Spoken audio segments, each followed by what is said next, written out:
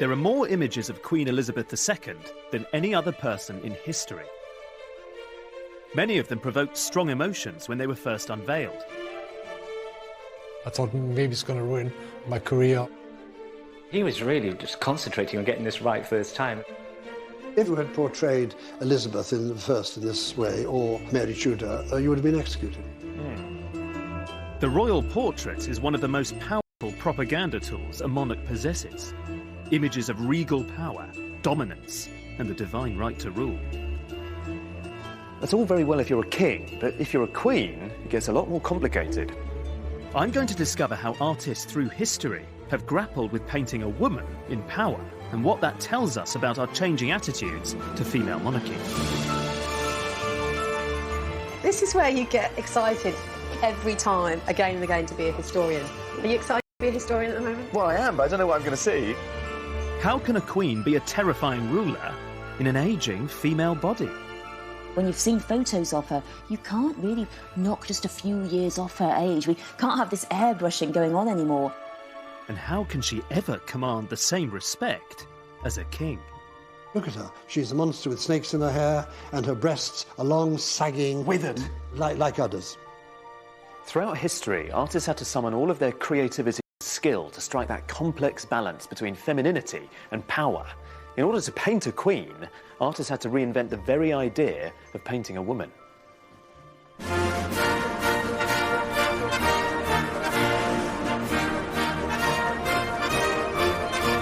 In case you hadn't noticed, it's the Queen's Diamond Jubilee. To mark it, the National Portrait Gallery show, The Queen, Art and Image, has been touring the country. It celebrates the diverse portraiture of the last 60 years. The most famous and controversial of them all is barely the size of a postcard. Freud was famous for never ever flattering his sitters, and here he really goes out of his way to avoid accusations of pandering to royalty. We see this burly, quite dumpy, hangdog monarch with what appears to be a 5 o'clock shadow darkening her thick jaw. This could be a granny with a perm just about to pop out for a pint of milk. Any artist who paints the Queen knows that they're vulnerable to controversy and criticism. What is it that makes her so difficult for artists to paint? I've come to the North London suburbs to meet someone with unique insight into the process.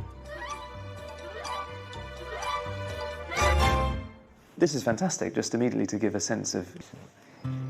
The painter and photographer David Dawson was Lucian Freud's assistant for 2 decades until the artist's death last year. How do you feel when you're leafing through? I mean, it must still be It's quite poignant, yeah. It's a good visual diary for me. In Damien. Very entertaining. And is this the dog that you're sitting in front of? Yes, look, Eli posing. See, there he is. How wonderful. In 1999, Freud received some news. The Queen wanted to sit for him. There's this photo before the Queen arrived. Dawson was given permission to document part of the process, which took place over 18 two-hour sittings.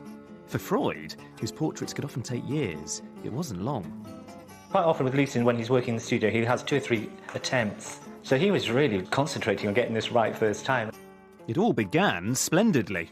He sort of started around the forehead and around her eyes, and Lucian, when he painted, would work in small areas and then build outwards. Well, he'd make that bit quite finished. Yeah, and then... and then it would just grow. It was a very unusual way of painting. Yeah, it is. It was fascinating to watch. But not everything went quite to plan.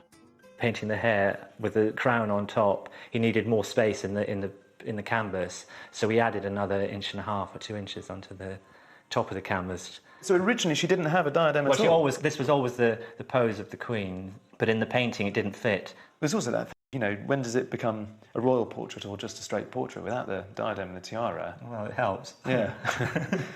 But I think that's where it becomes fascinating, because a monarch, a queen, becomes so bound up with a nation's identity. Yeah. She becomes almost symbolic. Well, maybe that's why he needed the extra bit of canvas with the diadem. You know, it's sort of those two ideas. That bit, the crown, is the symbolic monarchy bit. Yeah. The bit underneath is the real person. Yeah, it's breathing and living like all of us. People were critical of this when it came out, partly because they felt that this was not a slap in the face, but that it was quite brutal. Was he conscious of what was being said? Did he care? He didn't care. I mean, he was aware that there's certain criticism against this portrait, but he felt, you know, he couldn't do anything about that. That's what other people thought. It's not what he was thinking. And what do you think? I think it's a serious, very good painting that shows the monarch in the 21st century. You know, it's not 8-foot portraiture that's, you know, glorifying the great and the good. This is a very real person in a unique position that Lucian's very aware of the history that's gone through her family.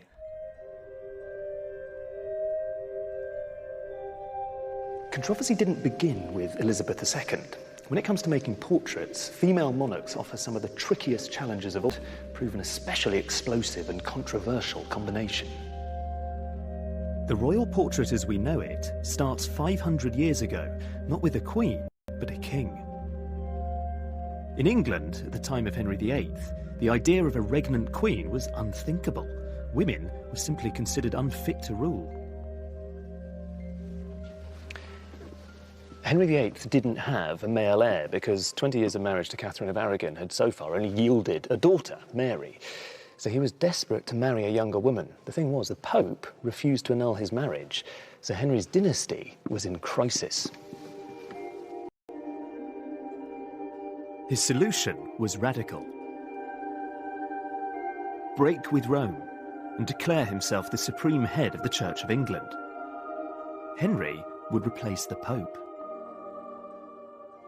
It was a shocking and audacious move, and Henry had to assert his own legitimacy as well as his authority over the church, and to do that, he needed to develop some propaganda, and his secret weapon was the artist, Hans Holbein. By 1536, Holbein had become the king's painter and stayed with him for the rest of his life. Holbein's most powerful portrait of Henry VIII no longer exists because it was destroyed in a fire in 1698. But I think it's a testament to the artist's genius that more than 300 years later, it lives on as the definitive image of the Tudor king. The original Whitehall mural was huge, but a small version still exists, and it's currently here at the Maritime Museum in Greenwich. I'm going behind the scenes to try and understand the power of the original. The portrait was commissioned to celebrate the birth of a son and the assured future of the Tudor dynasty. What Holbein has created here is the archetype of kingship. Henry VIII is such an exaggerated idea of what a king could be, it's almost comic. He isn't anatomically correct. Look how broad he is, this big beast of a tyrant of a king. And just to ram home that point that he was capable of providing an heir for the nation, we see him in this sexually quite aggressive pose. And his codpiece is, frankly, enormous. And on the right, you can see the woman who's provided him with a son, Jane Seymour. She's painted in a very English tradition of how you present a queen consort. She's more passive than Henry. She doesn't look at us. Her arms aren't wide apart. Instead, they're clasped together demurely, just hovering above her stomach, above her womb, signalling that she's fulfilled her function of providing an heir for the nation. And this image would be tremendously influential. People who saw it was the last word in royal portraiture. This was the benchmark of how you could summon a sense of monarchical authority. But that's very different if you're a ruling queen, if you're a queen regnant. They had to find a new way to present themselves that negotiated a middle path in between this and this. In 1553, his son Edward VI died, and Henry's daughter Mary became England's first queen regnant. She needed a royal portrait, but where on earth should she start? The answers lie deep in the National Archives, hidden in a dusty old box. Check this out. Is this the one we want? Really exciting. This is genuinely a good moment, is it? This is where you get excited every time, again and again, to be a historian. Are you excited to be a historian at the moment? Well, I am, but I don't know what I'm going to see. Well, exactly. That's all part of the fun. Good. We're gloved up. So we're gloved up, ready to go. This is a document dating from 1553. So this isn't a colourful image, but it is an image that's incredibly powerful. It is, in fact, one of the first pictorial statements of female monarchy. We have here Mary pictured with the full regalia that a king would have worn. The orb and the sceptre, the ermine gown. And in many ways, the significance of this picture is what's going on from the neck up. And she's got her hair loose. Now... Is that significant? It is. You might just think that was the kind of, fashion decision that she made that morning. But actually, it's loaded with significance. Now, a queen consort traditionally would have had their hair down in advance of the coronation that they would have with their husband. And what was the significance of that? Purity. Is it supposed to be I'm fertility. a young woman kind of thing? Yeah, in the same way that people would wear, white bridal gowns now. And, of course, the problem for Mary is... Well, she's not just queen consort, she's actually the reigning queen. So what does she do with her hair? Does she wear white and, in that sense, is dressed like a bride? Or does she wear the gown and the ermine, the purple velvet gown that a male monarch would be? So, in a way, really early on, it's quite crude, the imagery. They're just saying, oh, God, what do we do? We've got a queen, we'll just make her look like a king, and she's got long hair because she has to, because she's a woman. Yeah, so it's assertive, but it's ambiguous, I guess. And that's exactly the kind of problem that Mary and those around her are facing. A year later, Mary married the heir to the mighty Habsburg Empire, the future Philip II of Spain. She doesn't look at all happy. Well, she's not happy. I mean, she's staring at him like, you're just kind of on my patch. They're not kind of honeymoon portraits, are they? But this is Mary, and she's in the dominant position of the queen regnant. Philip is in the position of the consort. But the very interesting thing here is the floating crown above and between them. And if I was an Englishman at the time, I would begin to feel a bit angry months after the wedding. Then, let me show you this. See, this is exciting. What do you think I'm going to show you? I think Philip's going to take over. You think he's going to take over? That's my guess. Well, let's see. You tell me. Look at that. Read the portrait for me. He's in the dominant position on, as we look, the left. Mary's, by this point, looking... Well, she's lost the blue of youth, hasn't she? There is still the floating crown, but that sword is clearly much bigger and more powerful than this sceptre. And this is really big stuff. Suddenly Philip has changed size. I mean, what the hell's going on? Who was truly wielding power? Mary or Philip? Perhaps the clue lies in a famous image of Mary commissioned by her father-in-law Charles of Spain in 1554. The original was by Antonis More, and this is one of the surviving copies. The important thing about this portrait is less Mary's pale and slightly insipid face, and more that extravagant jewel that she's wearing on her breast that was part of a gift that was given to her by Philip in the summer of 1554, shortly before they got married. So right there in the heart of the image is an emblem of the Habsburg dynasty. Even the pose refers to the Habsburgs because it's reminiscent of a very famous seated pose in familiar portraits by Titian of Philip's mother, Isabella of Portugal. Here you have Mary, the first regnant queen in English history, and rather than looking like a sovereign, she looks like a consort of an entirely different European dynasty altogether. She's been relegated from her status as a queen to that of a bride. Mary's marriage was a political necessity, but it limited her power and her portraits. It was left to her successor to pick up from where she left off. Of all the paintings of queens, it's those of Elizabeth I that truly capture the imagination. The Ditchley portrait by Marcus Gerarts the Younger is one of the most famous of all. In it, she's Gloriana, the eternally youthful virgin queen.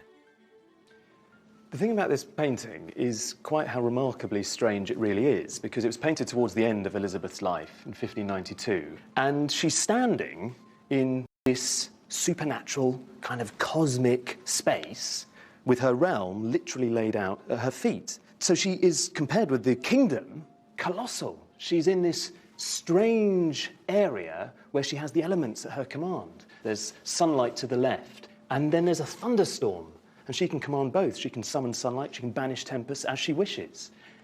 As a piece of propaganda, obviously, this is very powerful indeed. It's really effective. But it's also something else. It's awesome, it's odd, and it's quite new. She's something dazzling and terrifying. And this portrait did a huge amount to completely reinvent how you go about painting a queen. 40 years earlier, there was little hint of what was to come. Aged 14, she's depicted as a young, bookish princess, pale, cautious, and actually quite sweet. In 1558, when she was 25, Elizabeth became England's first Protestant queen. Every move scrutinised by powerful Catholic enemies. She knew they were biding their time, and the threat of her rival, Mary Queen of Scots, loomed large.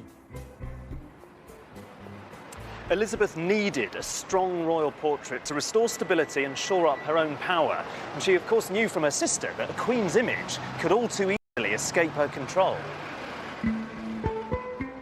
Unlike her father, Henry VIII, Elizabeth didn't have an artist who was up to the job. There are a number of artists who are producing images which don't show a regal-looking monarch. And you've got a difficult problem if you're an unmarried young woman who's taken the throne. Very early on in her reign, in the 1560s, we know that her ministers are really quite anxious about this and concerned about it. So they were on the hunt for a really good court Absolutely, artist? Yes. 6 years into her reign, Elizabeth's advisors drafted a proclamation designed to regulate her image. No one could make a portrait of the Queen until that special artist could be found. I mean, they're really quite covetable things. You're telling me? You want to hold them, to... Can I hold it? I'm not going to give you this to hold because it's just so incredibly precious. You can see it very kind of close up. The miniature was created by Nicholas Hilliard, a goldsmith and painter. We'll get a better look at it if we put it under this microscope, which gives you an amazing view of the Queen's face, the background, the inscription, and the way that he painted her hair and her jewels and the costume. This gives you a real sense of how breathtaking the skill required to make an image like this is. Hugely skilled, yeah. I mean, he's a really, really impressive painter. Elizabeth had found her special painter. Hilliard's miniature became an official image. It was to have enormous influence on dozens of subsequent artists. This one's called the Phoenix, and this one's called the Pelican, and this is after the jewels that she wears at her chest. And they're two images that are very, very closely related by the same artist. And if you look at the face patterns on these, they're actually identical, but reversed. So this is the same image as this is. Tanya's team had a theory that both portraits, and many others, all derived from the same source, Hilliard's miniature. This is a tracing of that painting. And if we put it against a scaled-up version of the miniature, you can begin to see the close relationship between the miniature and the painting, because the lips, the nose, and just about the eyes match up, and the hairline matches up. That's a good fit. I mean, does that, to you, that feel conclusive that there's one source for the two images? It or does. The three images? It absolutely does, yeah. And that we've ended up with other images which use this face pattern again and again and again. The research proves that Hilliard was one of the first artists to be officially sanctioned by the Queen. His face pattern could be disseminated to other painters to copy. It allowed Elizabeth unprecedented control of her image. Her face wasn't the only thing she tried to control in her portraits. Like her father, Elizabeth was obsessed with another aspect of her image: clothes. Thanks. Divine. I'm at Angel's Costumiers to meet costume historian Judith Watt. It's beautiful. God, that's nice. I think you're going to recognise this lot. Oh, yes, I see. Yes. Ah. There's a production down here of the painting, so you can compare the two. Yeah, well, it's nothing like, is it? No. I mean, if you look at this, her reticella lace... What type of lace? Reticella. And what does that mean? The reticella is this cutwork lace that was imported from Italy. This was essentially extremely expensive and extremely stately, and this is about formality and status, outdressing everybody else, because, of course, in 1579, she brought in further sumptuary legislation regulating exactly what people could wear. So she was always wearing stuff that nobody else could. So this is a painting which has worked, hasn't it? Because it's come down in history. It has commemorated her. We're excited about it. Yeah. Elizabeth remained unmarried and didn't produce an heir. She turned this weakness to her advantage and reinvented herself as the Virgin Queen. Why was it important she was seen as a Virgin Queen? Because she was filling the vacuum left by the Reformation, whereby you did not find images of the Virgin Mary around in people's homes in every single church. That was a huge change. The English had been praying to the Virgin Mary for, 1,000 years, basically, hadn't they? I mean, there weren't any nuns left. Who was going to be the mother?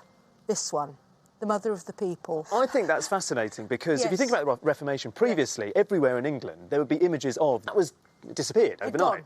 Absolutely. So she can play that role. Absolutely. It was a brilliant piece of PR. I mean, she was worth worshipping. That's my opinion. I think she was a great monarch. The Ditchley isn't your favourite one, is it? God, no. I don't know why. I think the Ditchley one's brilliant. It's magnificent, but that dress is really boring. I find it tedious. What, you're pulling out a black dress in comparison? I know. Well, tell me about this one then. OK, so this is the sieve painting of Elizabeth in the 1580s, early 1580s. She's got jewels in her hair, pearls, of course, a symbol of chastity, and of course the sieve here, which is a symbol of virginity. This cape here going around her is a kind of mask costume, so it's a fancy dress. So ergo, she's dressed as a Vestal Virgin from ancient Rome. So that is the story that goes with it. So this idea of costume, which we see in several of the portraits, almost makes explicit this idea of performance. For Elizabeth, clothes were a form of performance. They're a form of getting a message across. Absolutely. In paintings, they absolutely were. This is about communicating her image. The dress in these paintings is about delivering a message. Elizabeth had developed powerful skills of propaganda. In the last years of her reign, they'd be put to the test. As Elizabeth approached old age, plots against her became more frequent and more bizarre. Bibles were laced with poison. Saddles became toxic booby traps. The need for a strong, powerful image became a matter of life and death. During the Tudor period, being 60 and being a woman was considered unnatural and abhorrent. And the thing is, if you were a monarch, it was something else altogether. It was also risky, because a weak and feeble body meant a weak ruler and a feeble nation. So Elizabeth had to come up with quite a crude but effective solution to the problem, which was she just started pretending that she wasn't getting older at all. Hilliard was called upon to shun reality and create a new face pattern, the Mask of Youth. As she approached the age of 70, the face of the balding, toothless queen was frozen into that of youthful beauty. The government called for unauthorised images of the queen to be destroyed.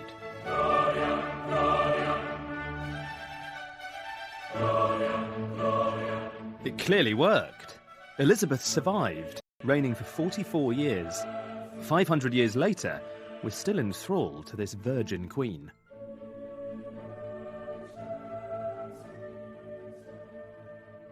Elizabeth I died in 1603, aged 70. And for nearly 100 years, no other queen regnant ruled over England until Mary madness and all the strangeness of Elizabeth Ditchley portrait.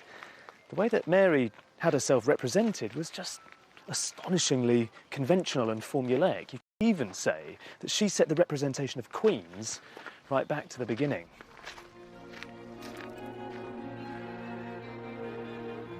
In 1688, King James II had alienated the nation with his unpopular Catholic policies.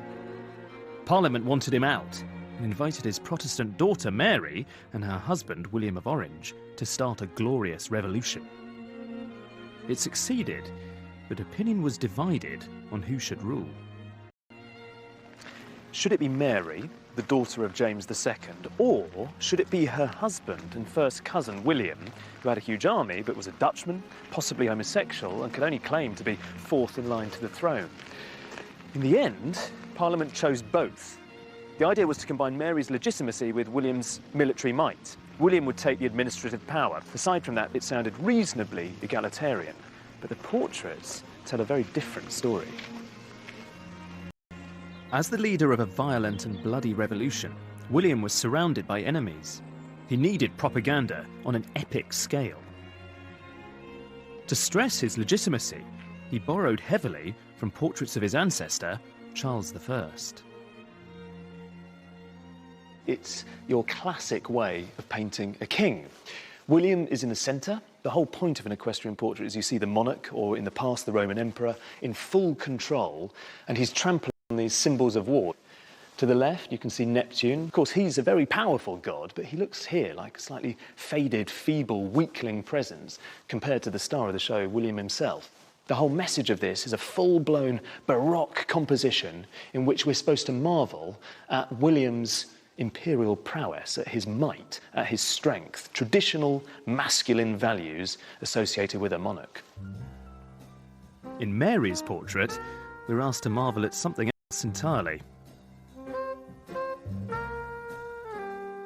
This is a portrait of Mary, not when she was queen, but when she was Princess of Orange. And I look at it and feel a little bit sad, actually, because it's so deliberately confining about what women in the late 17th century could be. It's almost as though she's decked out in this kind of straitjacket of convention. There are all of these tropes and motifs, cliches, if you like, of what it means to be a woman. You have to be alluring, you have to be attractive. So we can see rosy cheeks, bright red lips, come hither eyes. Even in the background, the garland of flowers, as though she herself is another succulent bloom, something that will one day produce children. Here's a future Queen of England, court. To see what I mean, you just need to look at this, another very glamorous portrait of an aristocratic lady, which has got all of the same tropes and motifs and ideas, which is essentially about aristocratic women as sexy, almost merchandise. This image of Mary remains the template by which she was painted throughout the rest of her life. From her coronation until her death at the age of 32, Mary was celebrated in portraits for little more than her beauty. Her successor, her ungainly younger sister, didn't even have that.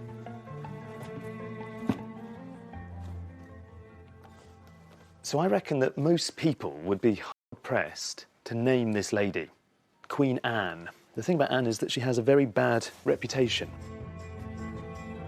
Anne's contemporaries noted that she was dull and dim-witted, but her appearance caused abject horror.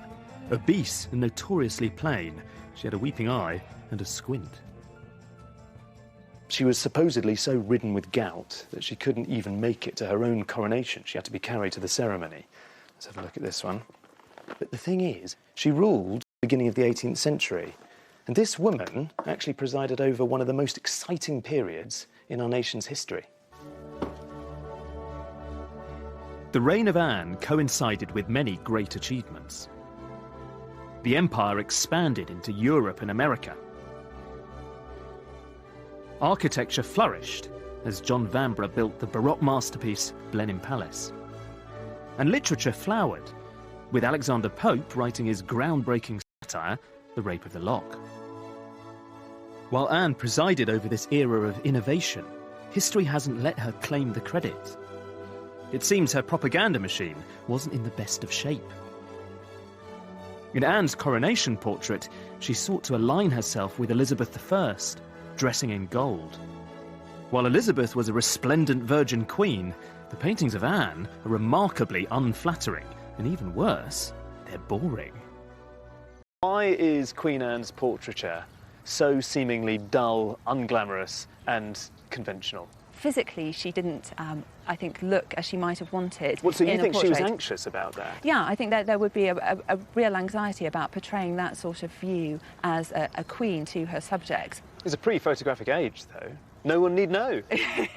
That's true, but I think although you want something that's idealised, you also want something that's believable. But it would have been so easy. Like, when you're commissioning official court portraiture, it's supposed to be flattering. It really does seem like she was the visual equivalent of having cloth ears in not understanding that art is brilliant propaganda. When you consider the fact that people must have realised that there was a very real possibility they would inherit the throne. It seems for a queen, at least, beauty matters. I can't help wondering if, armed with a strong portrait celebrating her virtues, history might have treated Queen Anne with a little more respect.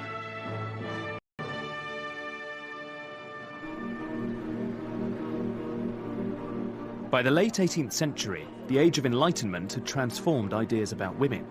Queen Charlotte, the wife of King George III, was lauded for her command of culture and science. Yet despite all her many talents, in portraits, once again, it wasn't the Queen's intelligence that was celebrated.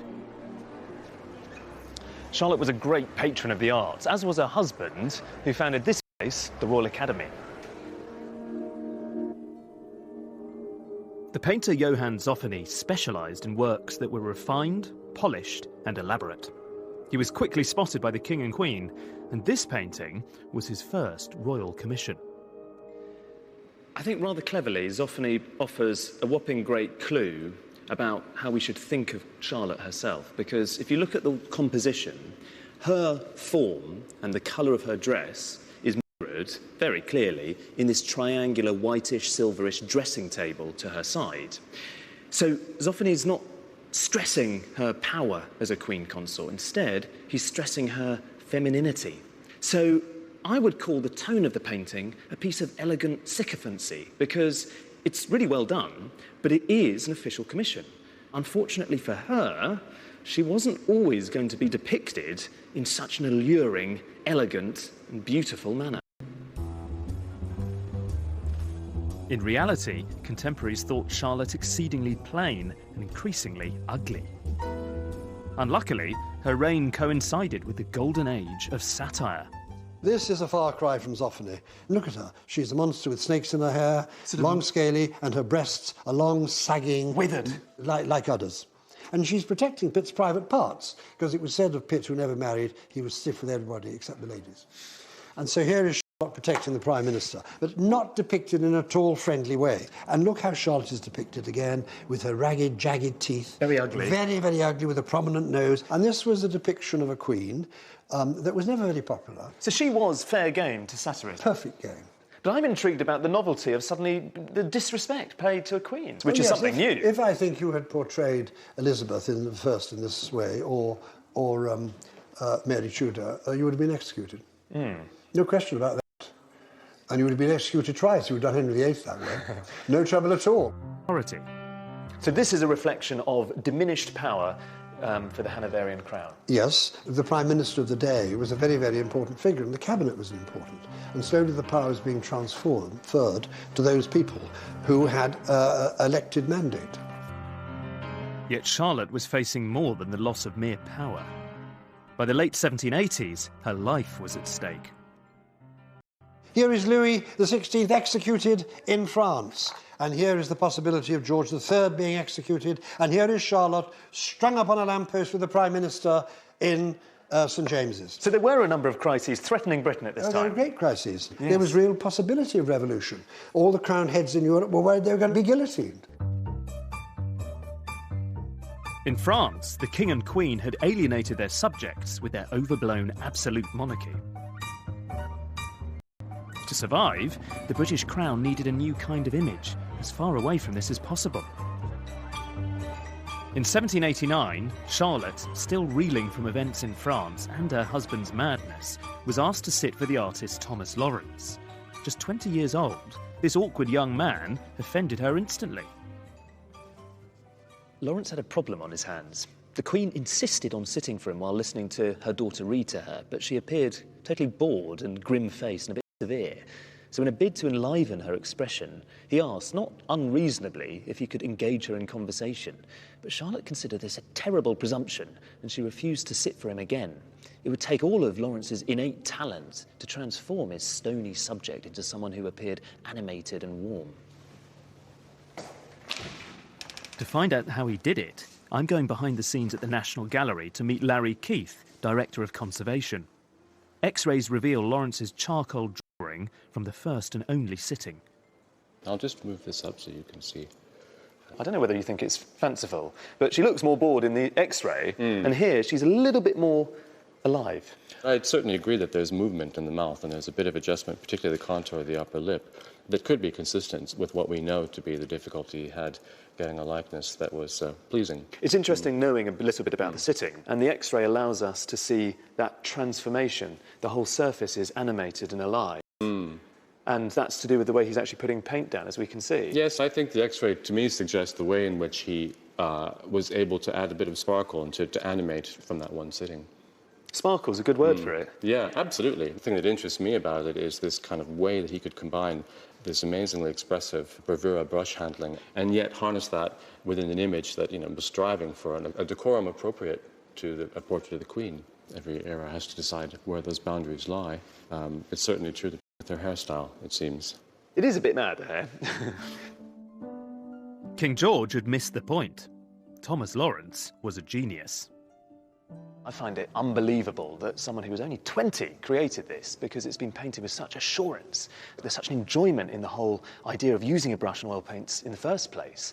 But Lawrence has injected everything with this brilliant spirit of informality. Yes, there are the classic tropes and ingredients of good old-fashioned royal portraiture, the big swag of drapery, the sense of a platform, but there's nothing overly grand here. The swag of drapery is just a curtain. She's not really sitting on an elaborate throne. It's just a very plain and simple chair. We're not in the presence of someone who's been allowed to rule by divine right. And if you think about when this was painted, suddenly the informality of the image makes sense, because this dates from 1789. Think of what was going on in France. The Bastille had fallen. All of a sudden, if you were a queen, it was imperative that you didn't look overly extravagant and grand and regal and out of touch. In the last years of their reign, George and Charlotte not only kept their heads, the sober, pared-down monarchy won them new adoration from their people.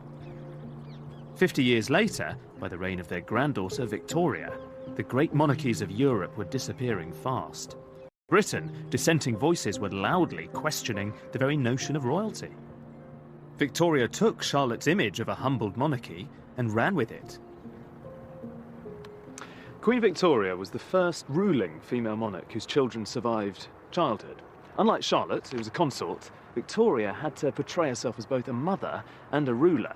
It was quite a tricky path to negotiate, but Victoria turned that weakness into a strength. She realised that the role of mother is the one trump card a queen has over a king. One painting didn't just transform the idea of the Queen, it delivered her image to a completely new audience. The Royal Family in 1846 by the German artist Franz Xaver Winterhalter.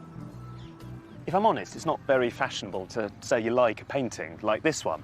It's done in a very suave, quite cosmopolitan 19th century style. Technically, it's a virtuoso piece of painting.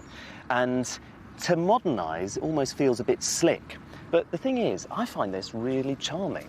I think it's a wonderful composition because what we see isn't that old tradition of kings and queens in quite stiff, fusty outfits and positions.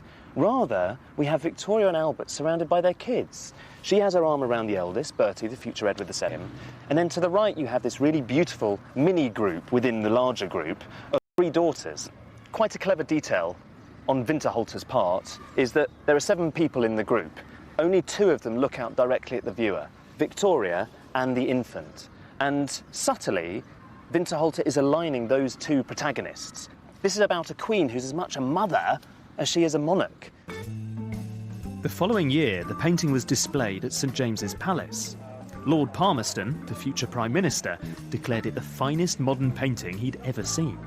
100,000 visitors queued to see it. That was just the beginning. Thanks to the revolution in printing, the image would be mass-produced. These were very easy to obtain. There were some print shops that said that 70% of all the sales that they made were of images of Queen Victoria. And domesticity is the idea that the royal family are really trying to project here. Victoria was desperate to court an influential demographic, the middle class, newly furnished with the right to vote. In 1860, she gave permission for the first official set of royal photographs, specifically aimed at her new middle-class fan base. When the first ones went on sale, 60,000 were sold just in the first couple of days. And the wholesale price was 3p a portrait. That isn't really very much, even in the 1860s. It's like you've invited the Queen into your home, and she's there on the mantelpiece, because these are not images of power. The royal family don't want to laud it at this stage. I think that they have reached the conclusion that ordinariness is the key to their survival. As Victoria's reign continued, she reached a new obstacle: her age. After Elizabeth I, no queen had lived beyond the age of 40 until Victoria. Perhaps the secret to her long life was her favourite tipple, Scotch in her claret. Cheers. Cheers. Tastes good. I think it tastes good. Obviously, it's got a kick. It's, if you are a drunk, this is a good drink. She probably had one of these to celebrate the Diamond Jubilee. I think she had quite a few, and I think she had quite a few in general. Victoria didn't turn down a little drink. The Diamond Jubilee was a moment of celebration, but it was unsettling to see her age. The big problem, of course, that Victoria is getting so old, and people knew that, and they were panicking about what was going to happen when her son came to the throne. Was everything going to collapse? Was it going to be the end of what they'd known? And she was this great queen. She'd been on the throne for 60 years. By the end of her reign, she was so excited, but underneath it, the empire was crumbling. How could Britannia rule the waves if a quarter of its population lived in destitution? On the continent, Germany was growing ever stronger. The dominance of the empire was no longer assured. How do you show, most of all, that Britain has to be feared? That's the important thing. The rest of the world must still be terrified of Britain and its might. And this was a question that became increasingly greater and more important when she was old, because when you've seen photos of her, you can't really produce those lying Gloriana-type portraits that we have of, say, Elizabeth I, that knock a few years off her age. We can't have this airbrushing going on anymore. They can't diverge too much from what everyone knows she looks like, which is actually, by her older years, pretty plain and pretty cross, really. The last portrait of Queen Victoria is on display in her apartments at Kensington Palace. The artist Heinrich von Angeli deliberately presented her in old age. I find it quite tricky looking at the painting, though, because I don't see necessarily a woman who is radiating imperial virtues and strength and wisdom. I see someone who looks depressed. I think she looks even a little bored and glum in this picture. She's this big, dark mound of melancholy, really. And the whole message of the painting, for me, is that it points out how tricky it is for an artist to reconcile painting a potent queen who's also very old. And I guess if she is meant to be the embodiment of empire, then what she represents is a kind of steadfastness, the fact that the empire is immovable and immutable. And perhaps, if you're anxious about Britain's future, you could take some heart from that.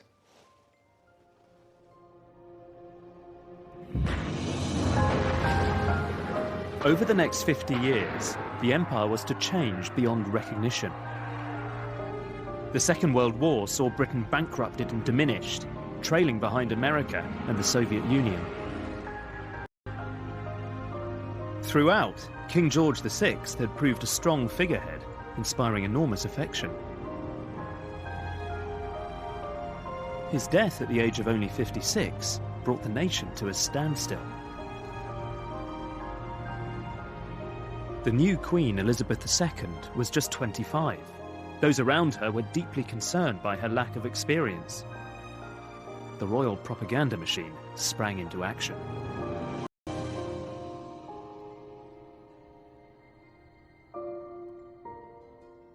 This is a very famous picture of Elizabeth on her coronation day, taken by the society photographer Cecil Beaton. This is a piece of patriotism of old. Elizabeth is wearing the imperial state crown. She's decked out with jewels from every corner of the empire. If you look very closely, you can see the Queen. The new Queen is wearing these enormous drop pearl earrings, and those earrings actually once belonged to Queen Elizabeth I. He's trying to summon a vision of a new Elizabethan age. So as a piece of visual rhetoric, Beaton's photograph is extremely persuasive, but its DNA, its vocabulary, if you like, owes everything to the queens who preceded Elizabeth II.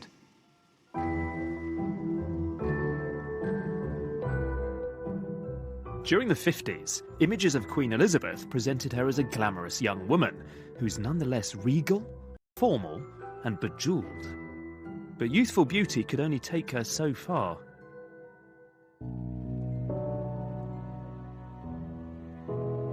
In 1966, the Queen visited Aberfan in Wales after a mining disaster had killed 144 people, mostly children. The Duke described the scene when he first visited the disaster area a week ago. It had taken her 9 days to make the trip, and the Queen was vilified for being remote and out of touch. Her image was out of step with the 60s. She needed to catch up. Well, you see the new era of informality in the photograph by Eve Arnold, and this is a really breezy, fresh, very beautiful Absolutely. image. This is now the kind of imagery which seems a world away from the 1950s. It's not exactly a state occasion. It could almost be anybody. It could almost be a member of the public. This is a radical way of presenting the Queen in this much more literally down-to-earth fashion. It's a great photograph. I think there's another great photograph, which is just here, which is my favourite one in the show, which is similar tone, similar feel. And this is, well, it says this was taken in 71. And where is she? She's actually on the Britannia. This is a photograph taken by Lord Lichfield. They're just crossing the equator, and the tradition is that you duck a member of the crew and soap them down. And that's what happened to Lichfield. He kind of expected it and had a waterproof camera at the ready. Really? And so when he bobbed up, he caught the Queen laughing spontaneously at this hilarious moment. I think what I love about it is that she looks so chic and glamorous. And I like just formally, I mean, it's a very sort of spare image behind. It's beautifully composed. I think she has very cool sunglasses picked up in the porthole. There's a lot going on. I think what this photograph really does is address the notion that queens have to be very serious and po-faced and rather glum figures, and all of that is consigned to history, and instead what you have is someone who is vivacious and enjoying themselves. But this new informality... So what do we see in this picture? Here is the Queen visiting Princess Anne in hospital for a routine gynecological operation. It's nobody's business, really. And yet we see the Queen running the gauntlet of a phalanx of photojournalists, all taking their photographs. And we now have this issue unfolding in the 1970s where there is a confusion between the public role of the Queen and her private life. The territory opened up by the media was exploited by a new faction, contemporary artists. Artists like Gerhard Richter based their work on newspaper cuttings. Richter's blurry surfaces evade our attempts to see the subject in focus. Can art, he asks, really capture the truth of a person? For Andy Warhol, the Queen became nothing but surface, her public face complete artifice. What we see increasingly through the course of this exhibition and in the last 40 years is a tendency to hold the Queen's image up in a critical light and to pose questions about her relevance, her importance, and what she's for and what she's about, and whether we need a Queen. All of these things are constantly coming through the images that we have of her. In days gone by, the Queen's predecessors might have retaliated with a strong royal portrait. The trouble is, in the 21st century, an official portrait of the monarch no longer wields much power. Why are so many portraits of the Queen so exceedingly boring? Perhaps it's their sycophancy, creaky paintwork. Anthony Williams painted the Queen like an OAP, with sausage fingers. The trouble with so many portraits of the Queen is that they're full of all of the regalia we associate with monarchy, crowns and jewels and cloaks, a sense of pageantry. But they don't quite acknowledge that those trappings today feel a bit odd and anachronistic. Contemporary artists have to conjure some of that pomp and splendour that accrues to a monarch, for sure, but they also have to reconcile that with a sense of someone real who exists, lives and breathes in the 21st century. And that is an enormous challenge.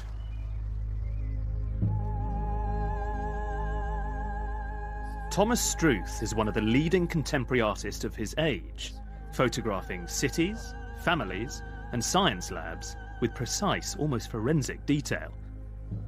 He's certainly not known for taking on celebrity commissions. Can I ask you a little bit about what it's like to take on a royal commission like this? Is there a risk, as a contemporary artist taking on this commission, that you might lose credibility almost? All the time. Like us? But yeah, like you. But in the end, I thought I cannot reject because it's will be such an unusual opportunity. Well, what was the appeal? Why did you say yes? It was a possibility to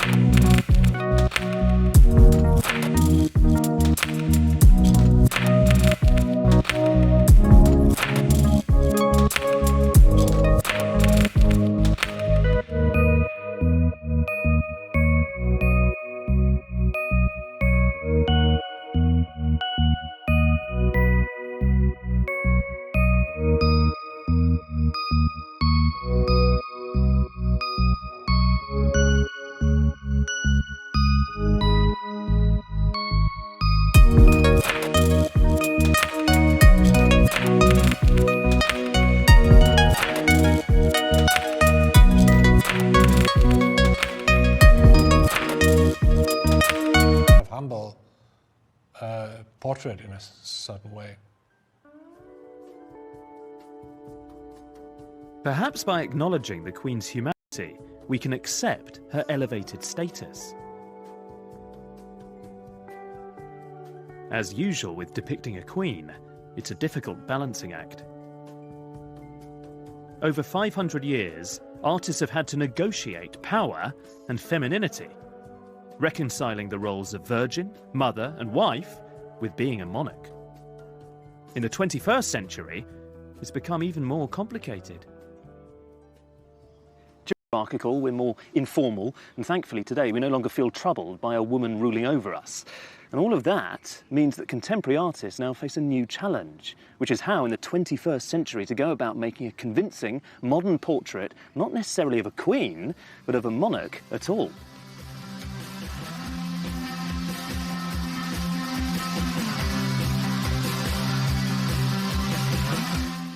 A surprising profile of a mysterious figure in classical music here on BBC HD tomorrow evening with Delius, composer, lover, enigma at 10.